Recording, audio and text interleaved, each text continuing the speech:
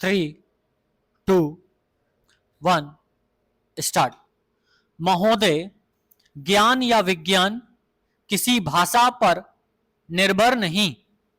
चोट लगने से हर व्यक्ति को पीड़ा होती है, चाहे वह साक्षर हो या निरक्षर, या फिर वह अंग्रेजी भाषा जानता हो या रूसी। हंसना या रोना किसी भाषा में नहीं होता। ये अनुभव की, अनुभूति की वस्तुएं हैं।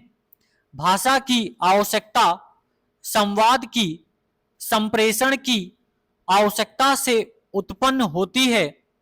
किसी दृश्य, घटना या व्यंजन का आनंद लेने में भाषा की भूमिका नहीं होती, पर जब इसी अनुभव को दूसरों को बताए जाने की आवश्यकता हो तो भाषा की भूमिका प्रधान हो जाती है। भाषा जिस धरती से जन्म लेती है वहां उसकी जड़ें बहुत गहरी होती हैं। वह उस देश प्रदेश की संस्कृति का अंग बन जाती है। कुछ भी नया अभिनव ज्ञान विज्ञान धरती से जुड़ी इस भाषा के माध्यम से ही संप्रेषित किया जा सकता है। यह सर्वमान्य है। और फिर यदि कोई वस्तु, कोई ज्ञान, कोई विज्ञान जनसाधारण को दिया जाना है तो वह जनसाधारण की भाषा में ही होना चाहिए। महाकवि तुलसीदास ने इसी उद्देश्य से रामचरितमानस की रचना लोक भाषा में की।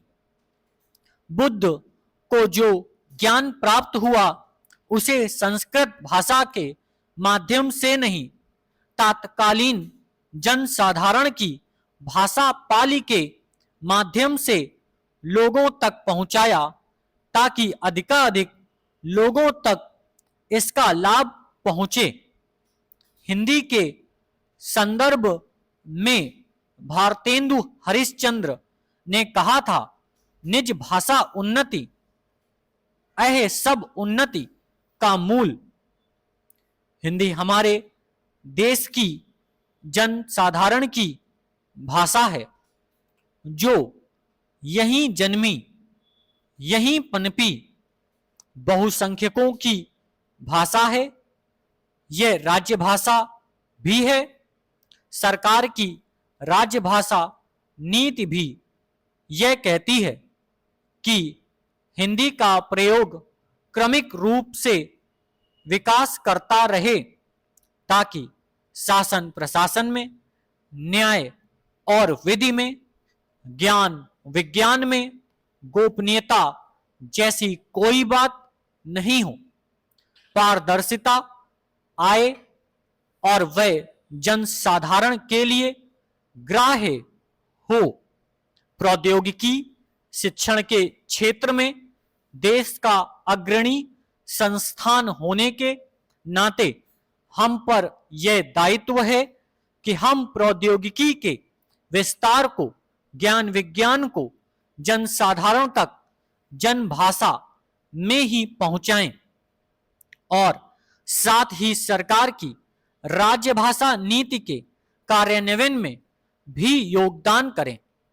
इसी उद्देश्य से हम अपनी हिंदी विज्ञान पत्रिका जिज्ञासा द्वारा विद्वान लेखकों के हिंदी के मूल रूप में लिखे लेख आप तक पहुंचाते रहे हैं। इसी चेष्टा की एक कड़ी थी गत वर्ष संस्थान में केंद्रीय सचिवालय हिंदी परिषद के सहयोग से आयोजित हिंदी गोष्ठी। Full stop.